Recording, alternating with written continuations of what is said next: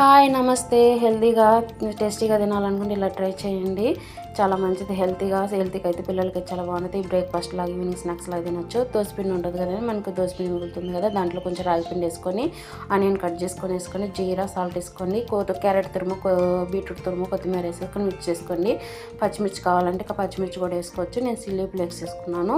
కారం కావాలంటే కారం కూడా వేసుకోవచ్చండి. ఇట్లా మిక్స్ చేసుకొని గట్టిగా అనిపిస్తే కొంచెం వాటర్ వేసుకొని కలుపుకోండి. కొంచెం ఒక రకమైన లూజ్ బెటర్గా.